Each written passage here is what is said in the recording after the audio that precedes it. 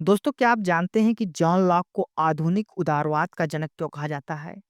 John Locke को आधुनिक उदारवाद का जनक इसलिए कहा जाता है क्योंकि उनकी राजनीतिक विचारधारा ने व्यक्तिगत स्वतंत्रता, प्राकृतिक अधिकार, सामाजिक अनुबंध और सीमित सरकार जैसे सिद्धांतों को स्थापित किया, जो बाद में आधुनिक उदारवादी लोकतंत्र की नींव बने।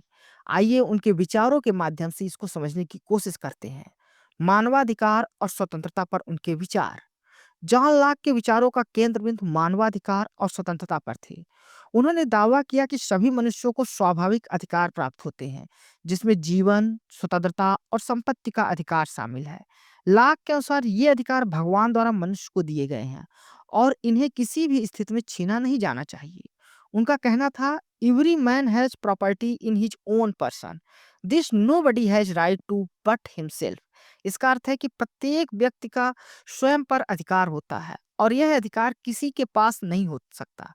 लाक के ये विचार न केवल उस समय की राजनीतिक व्यवस्था में क्रांति लाए, बल्कि आधुनिक उदारवाद के बुनियादी सिद्धांतों को भी निर्धारित किया। उनका सामाजिक अनुबंध का सिद्धांत।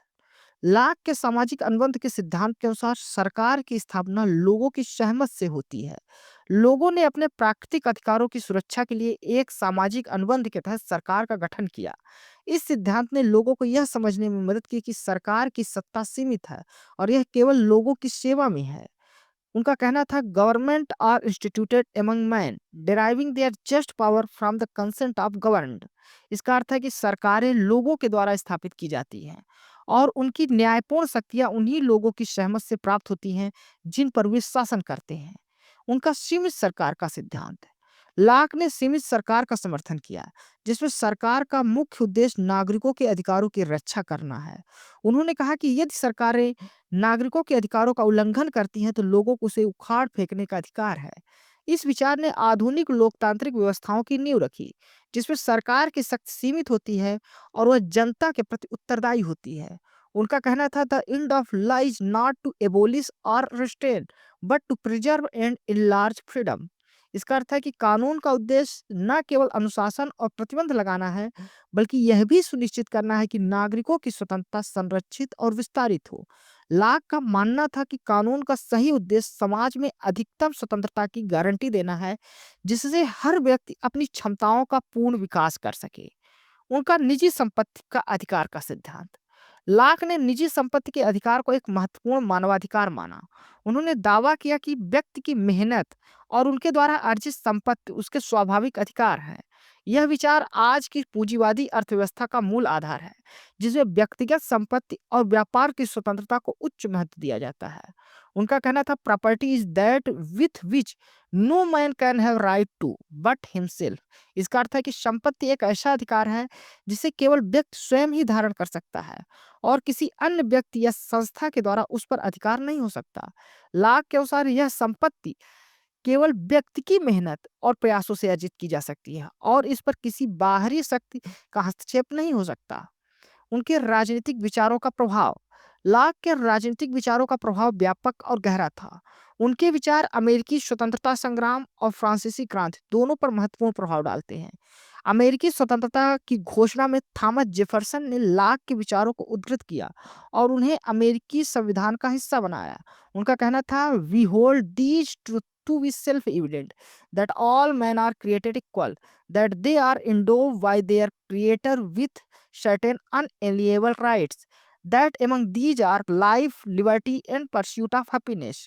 इस उद्धरण में यह घोषित किया गया कि कुछ सच्चाइयां स्पष्ट और स्वाभाविक हैं, जिनमें यह एक है कि सभी मनुष्यों को उनके सृजनकर्ता द्वारा कुछ अपरिवर्तनीय अधिकारों के साथ सृजित किया गया है, जिसमें जीवन, स्वतंत्रता और खुशी की खोज शामिल है। शिक्षा और ज्ञान पर विचार। लाक ने शिक्षा को मानव विकास का एक महत्वपूर्ण साधन माना। उन्होंने तर्कसंगत सोच, अनुभव और स्वतंत्र विचारधारा पर जोर दिया। उनका मानना था कि शिक्षा व्यक्ति को स्वाधीन और स्वतंत्र बनाने में महत्वपूर्ण भूमिका निभाती है। उनका कहना था, the only fence against the world is thorough knowledge of it. इसका अर्थ है कि दुनिया की चुनौतियों और समस्याओं का सामना करने का सबसे महत्वपूर्ण तरीका ज्ञान है। ज्ञान व्यक्ति को सशक्त बनाता है, उसे समझ प्रदान करता है और समस्याओं का समाधान का मार्ग दिखाता है। उनके धार्मिक सहिष्णुता पर विचार। लाक ने धार्मिक सहिष्णुता का समर्थन किया। उन्होंने तर्क दिया कि राज्य को धर्म के मामले में हस्तक्षेप नहीं करना चाहिए और लोगों को अपनी धार्मिक आस्था के साथ जीवन जीने की स्वतंत्रता होनी चाहिए। यह विचार आधुनिक उदारवाद के धार्मिक स्वतंत्रता के सिद्धांत के अनुरूप है। उनका कहना था, no man can be force to be religious. इसका अर्थ है कि किसी भी व्यक्ति को धर्म के मामलों में बाध्य या मजबूर नहीं किया जा सकता। लाक का मानना था कि धर्म का चुनाव व्यक्तिगत इच्छा और विश्वास पर आधारित होना चाहिए और राज्य या किसी अन्य संस्था को इसमें हस्तक्षेप नहीं करना चाहिए। उनके न्यायिक स्वतंत्रता का सिद्धांत, लाक के विचार न्यायिक स्वतंत्रता को भी समर्थन करते हैं। उन्होंने न्यायपालिका को स्वतंत्र और निष्पक्ष बनाने पर जोर दिया ताकि नागरिकों के अधिकारों की सुरक्षा सुनिश्चित हो सके। यह विचार आज की आधुनिक न्यायिक व्यवस्था का एक महत्वपूर्ण अंग है। निष्कर्ष, जॉन लॉक के दर्शन और विचारों ने आधुनिक उदारवाद के विकास में एक महत्वपूर्ण भूमिका निभाई। उनके मानवाधिकार, स्वतंत्रता, सीमित सरकार, निजी संपत्ति के अधिकार, शिक्षा, धार्मिक सहिष्णुता और न्यायिक स्वतंत्रता के विचारों ने समाज और राजनीति की दिशा को नया आयाम दिया। आधुनिक उदारवाद की नींव रखने में लॉक का योगदान महत्वपूर्ण है, अतः उन्हें आधुनिक उदारवाद का जनक कहा जाता है। उनके विचार आज भी उतने ही प्रासंगिक हैं जितने कि उनके समय में थे और उन्होंने आधुनिक राजनीतिक और सामाजिक संरचनाओं को गहराई से प्रभावित किया। उनकी विचारधारा ने न केवल उदारवाद को एक सशक्त सिद्धांत के रूप में स्थापित किया, बल्कि इसे एक व्यापक और समग्र दृष्टिकोण भी प्रदान किया। लॉक के दर्शन ने यह स्पष्ट किया कि कैसे व्यक्ति के अधिकारों और स्वतंत्रता का संरक्षण समाज की प्रगति और विकास के लिए आवश्यक है। धन्यवाद दोस्तों, यह वीडियो आपको कैसा लगा है अपने कमेंट्स के माध्यम से हमें ज़रूर बताइएगा। साथ-साथ आप हमारे इस वीडियो को लाइक करें, हमारे इस चैनल को सब्सक्राइब करें ताकि इस तरह के विचार और इस तरह की वीडियो आप तक पहुँचती रहे। धन्यवाद, थैंक यू।